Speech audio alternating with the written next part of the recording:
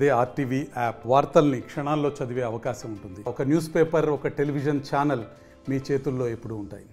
ఆంధ్రప్రదేశ్ రాష్ట్రంలో 2024 సార్వత్రిక ఎన్నికలు ఫలితాల తర్వాత తెలుగుదేశం, జనసేన, బీజేపీ కూటమిగా ఉమ్మడి నాయకత్వాన్ని ఆంధ్రప్రదేశ్ ప్రజలందరూ ఏ విధంగా అయితే ఓట్ల రూపంలో ఆశీర్వదించారో అదే రీతిలో కేంద్ర ప్రభుత్వం ఆంధ్రప్రదేశ్ రాష్ట్రంపై జరిగిన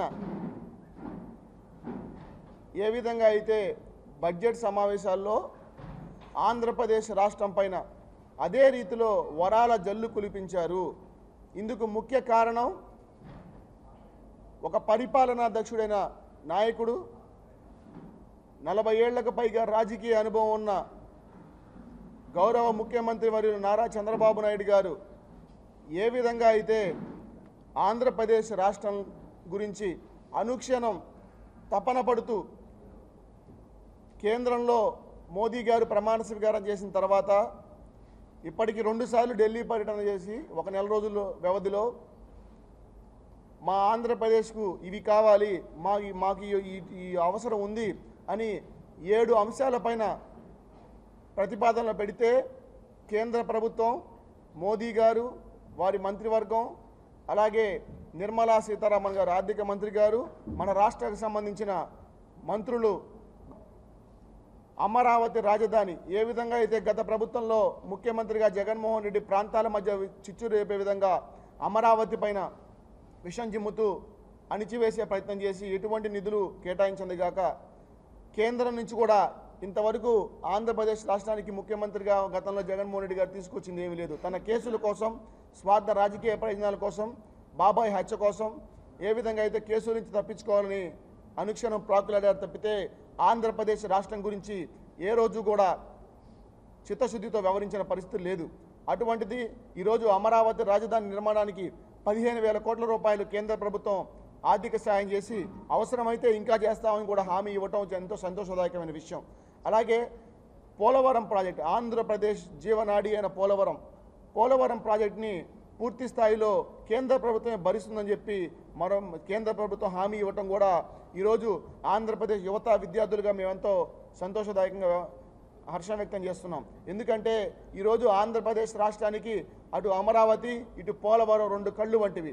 అటువంటి అమరావతి రాజధాని, పోలవరం నిర్మాణంతో ఆంధ్రప్రదేశ్ రాష్ట్రం సస్యశ్యామలం అవుతుందని చెప్పి కూడా ఈ సందర్భంగా మీ అందరికీ తెలియజేస్తూ, అలాగే చెన్నై కోల్కతా కారిడార్ ఏదైతే ఉందో అందులో నోడ్స్ ఏదైతే కొప్పతి కావచ్చు, అలాగే బెంగళూరు హైదరాబాద్ ఇండస్ట్రియల్ కారిడార్లో ఉన్న ఓరబగల్ నోడ్ని తామే అభివృద్ధి చేస్తామని కూడా హామీ ఇవ్వటం, అలాగే వెనుకబడిన ప్రాంతాలకు ఉత్తరాంధ్ర, రాయలసీమలో వెనుకబడిన ప్రాంతాలకు 50 కోట్ల రూపాయలు తొలి దశలో నిధులు మంజూరు చేయటం కూడా ఆంధ్రప్రదేశ్ రాష్ట్రానికి ఎంతో శుభసూచకమైన విషయం. అంతేకాకుండా చూసుకుంటా ఉంటే ప్రధానంగా నిన్నటికి నేను చూసుకుంటా ఉంటే కేంద్రం ఇచ్చిన రైల్వే బడ్జెట్ ఇవాళ పేపర్లో కూడా వచ్చింది. 9,151 కోట్ల రూపాయలు ఆంధ్రప్రదేశ్ రాష్ట్రానికి కేంద్రంలో రైల్వే బడ్జెట్ కేటాయించారు. అంతేకాకుండా 2,000 కోట్ల రూపాయలతో అమరావతి రాజధానికి రైల్వే లైన్లు కావచ్చు, రైల్వే శాఖ ఇచ్చడం కూడా ఎంతో హర్షించదగ్గ విషయం ఈ సందర్భంగా మీ అందరికీ తెలియజేస్తా ఉన్నా. అంతేకాకుండా చూసుకుంటా ఉంటే ఈరోజు ప్రధానంగా ఈ విధంగా ఆంధ్రప్రదేశ్ రాష్ట్రంలో అమరావతి రాజధానికి 15,000 కోట్లు ఇవ్వటం అంటే, ఆ ఇవ్వటంతో పాటు అమరావతి రాజధాని డెవలప్ చేస్తే ముఖ్యంగా ఏమైందండి, మాలాంటి యువత విద్యార్థుల జీవితాలు బాగుపడతాయి. ఇక్కడ చదువుకున్న యువత, నైపుణ్యం గల యువత పక్క రాష్ట్రాలకు, పక్క దేశాలకు తరలి వెళ్ళిపోకుండా ఆంధ్రప్రదేశ్ రాష్ట్రంలోనే సొంత ఇంటి వద్ద నుంచే ఉద్యోగాలు చేసుకుంటూ గౌరవప్రదంగా జీవించే అవకాశం కూడా. మరి మాచర్ల నియోజకవర్గంలో సొంత కన్న కొడుకు ముందే తండ్రిని ఏ విధంగా హత్య చేశారు, ఒక చంద్రయ్య కావచ్చు, జాలయ్య గారు కావచ్చు, బీసీ నేతలను ఏ విధంగా అంతమొందించారన్న విషయాన్ని కూడా ఒకసారి ప్రజానికానికి మీ ద్వారా నేను తెలియజేస్తా ఉన్నా. మరి ఇటువంటి పరిస్థితుల్లో చూసుకుంటా ఉంటే ఏ రోజు కూడా చంద్రబాబు నాయుడు గారు కానివ్వండి, నారా లోకేష్ గారు కానివ్వండి హత్యా రాజకీయాలు ప్రోత్సహించింది లేదు. ఏ రోజు కూడా మమ్మల్ని ఈ రోజు కూడా మీరు దయచేసి ఎటువంటి కవ్వింపు చర్యలకు పాల్పడొద్దు, ఎటువంటి ప్రతీకార చర్యలు చేయొద్దు. మన రాష్ట్రానికి పరిశ్రమలు రావాలా, పెట్టుబడులు రావాలా, ఇక్కడ ఉన్న యువత మాలాంటి యువత ఉద్యోగ ఉపాధి అవకాశాలతో కలకలాడాలని చెప్పి అనుక్షణం ప్రాకులాడుతున్నారు తప్పితే ఏ రోజు కూడా ఇటువంటి దౌర్జన్య కాండాలు ప్రోత్సహించింది లేదు. మరి ఆ రోజు ప్రభుత్వంలో ఉండి జగన్మోహన్ రెడ్డి డార్క్లో నడిపిస్తూ సజ్జల రామకృష్ణారెడ్డి కావచ్చు, గుంటూరులో ఉన్న అప్పిరెడ్డి కావచ్చు, అలాగే విజయవాడలో ఉన్న దేవినేని అవినాష్ కావచ్చు, అలాగే రాష్ట్రంలో ఎంతోమంది, ఒక పక్క అనంతబాబు కావచ్చు, పెద్దిరెడ్డి రామచంద్రారెడ్డి కావచ్చు, ద్వారంపూడి చంద్రశేఖర్ రెడ్డి కావచ్చు, ఎంతోమంది వైకాపా పార్టీలో హత్య రాజకీయాలు, రౌడీజం చేసేదాన్నే ప్రధాన క్వాలిఫికేషన్గా ఎంచుకొని వాళ్ళకు పదవులు ఇచ్చారే.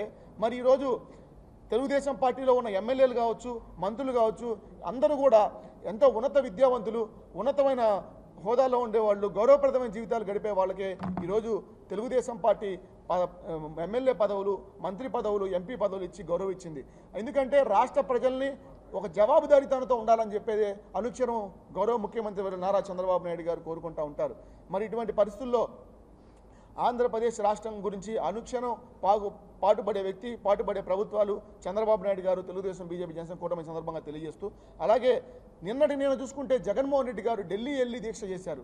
ఎందుకు దీక్ష చేశారు? గతంలో మీరు చేసిన దాన్ని చెప్పుకోవడానికి చేస్తే బాగుండేది. మేము ఇట్లా అన్యాయాలు చేసాం, అక్రమాలు చేసాం, రౌడీజాలు చేసాం, హత్యాకాండాలు చేసాం, పార్టీ కార్యాలయాలపై దాడులు చేసామని చెప్పి ఒప్పుకొని మమ్మల్ని ప్రజలు చీకొట్టారు, ఇక నుంచైనా బాగుపడతామని చెప్పి అందరి ముందు ఢిల్లీ సాక్షిగా మీరు కనుక మీ ముక్కుని నేలకు క్షమాపణ చెప్తే బాగుండేది. కానీ అది కాకుండా ఈరోజు ఇప్పటి వరకు ఆంధ్రప్రదేశ్లో పెట్టుబడులను, పరిశ్రమలను తరివేసేందుకు ఇన్నాళ్ళు జగన్మోహన్ రెడ్డి కంకణం కట్టుకున్నాడు. మరి ఈరోజు చూసుకుంటా ఉంటే ఆంధ్రప్రదేశ్కి రావాల్సిన పరిశ్రమలు, పెట్టుబడులను మళ్ళీ ఒప్పించి మెప్పించి బతిలాడుకోను చంద్రబాబు నాయుడు గారు ఆంధ్రప్రదేశ్ రాష్ట్రాన్ని తీసుకొస్తూ ఉంటే, ఆంధ్రప్రదేశ్లో శాంతి భద్రతల సమస్యలు లేకపోయినా ఉన్నట్లు సృష్టించి లేని హత్య రాజకీయాలు ఉన్నాయని చూపిస్తూ ఆంధ్రప్రదేశ్ పరువును మరొకసారి ఢిల్లీ వీధుల్లో ఈ విధంగా జగన్మోహన్ రెడ్డి తీస్తున్నాడే. మరి దీన్ని ఏ విధంగా ప్రజలు అర్థం చేసుకోవాలని మీ ద్వారా ప్రజానికానికి తెలియజేస్తా ఉన్నా. మరి ఇటువంటి పరిస్థితుల్లో ఈ ఆంధ్రప్రదేశ్ అభివృద్ధి నిరోధకుడిగా జగన్మోహన్ రెడ్డి వ్యవహరిస్తున్నాడు. దీన్ని ప్రజలందరూ గుర్తుంచుకొని రానున్న రోజుల్లో 11 కాదు 1 సీటుకే పరిమితం చేస్తారని కూడా ఈ సందర్భంగా తెలియజేస్తున్నా. జగన్మోహన్ రెడ్డి గారు, మీ వైకాపా నాయకులు కనీసం మీరు ఇప్పటికైనా పద్ధతిగానే మార్చుకోకపోతే రానున్న రోజుల్లో మీకు ఆ 11 కాదు కేవలం 1 సీటే మిగులుతుంది. ఈ సందర్భంగా మీకు మరొకసారి గుర్తు చేస్తూ ఆంధ్రప్రదేశ్ రాష్ట్ర అభివృద్ధి కోసం ఒక బాధ్యతాయుతమైన ప్రతిపక్ష హోదాలో ప్రతిపక్షంగా మీరు ముందుకెళ్లాలని కూడా తెలుగు యువతగా మేము మీకు సూచిస్తూ ఉన్నాం. ఎందుకంటే ప్రజలకు, ప్రభుత్వానికి ప్రతిపక్షాలే వారధిగా వ్యవహరిస్తాయి. ఇన్నాళ్ళు మేము ప్రతిపక్ష హోదాలో ఉన్నాం.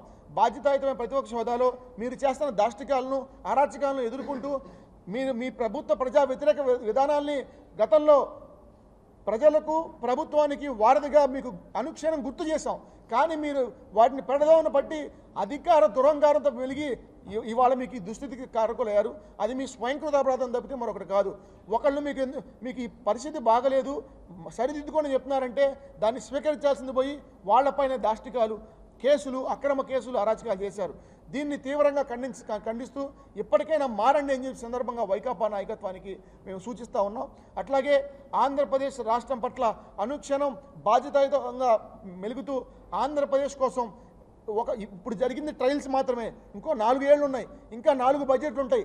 ఈ 4 బడ్జెట్లో కూడా ఆంధ్రప్రదేశ్ రాష్ట్రం పురోగమనంలోకి ఏ విధంగా అయితే గతంలో జగన్మోహన్ రెడ్డి 14 లక్షల కోట్ల అప్పుల్లో కూరుకునేలా చేశాడో తిరిగి పురోగమనంలోకి రావాలని చెప్పి కూడా మనస్ఫూర్తిగా కోరుకుంటూ అందుకు తెలుగు యువత విభాగం కూడా నవ్యాంధ్ర పునర్నిర్మాణంలో మా బాధ్యతాయుతంగా మేము మెలుగుతామని సందర్భంగా తెలియజేస్తూ ముఖ్యమంత్రిగా నారా చంద్రబాబు నాయుడు గారికి ప్రత్యేక కృతజ్ఞతావందనాలతో, అలాగే ఈరోజు ఇన్నాళ్ళు గత 5 సంవత్సరాల కాలంలో ప్రభుత్వ దాష్టికాలను, ప్రజా వ్యతిరేక విధానాలపై మేము చేసిన పోరాటాలను ప్రజలకు చేరవేసిన ముఖ్యంగా మీడియా సోదరులకు, అలాగే తెలుగుదేశం, బీజేపీ, జనసేన కూటమికి అధికారం కట్టబెట్టిన ప్రజానికానికి మీడియా ద్వారా మీ అందరికీ పేరు పేరున హృదయపూర్వక ధన్యవాదాలు తెలుగు తరపున తెలియజేస్తున్నాను. మరిన్ని వీడియోస్ కోసం ఛానల్ ని సబ్స్క్రైబ్ చేయండి, లేటెస్ట్ అప్డేట్స్ కోసం వాట్సాప్ ఛానల్ ని ఫాలో చేయండి అండ్ లింక్ డిస్క్రిప్షన్ లో ఉంది.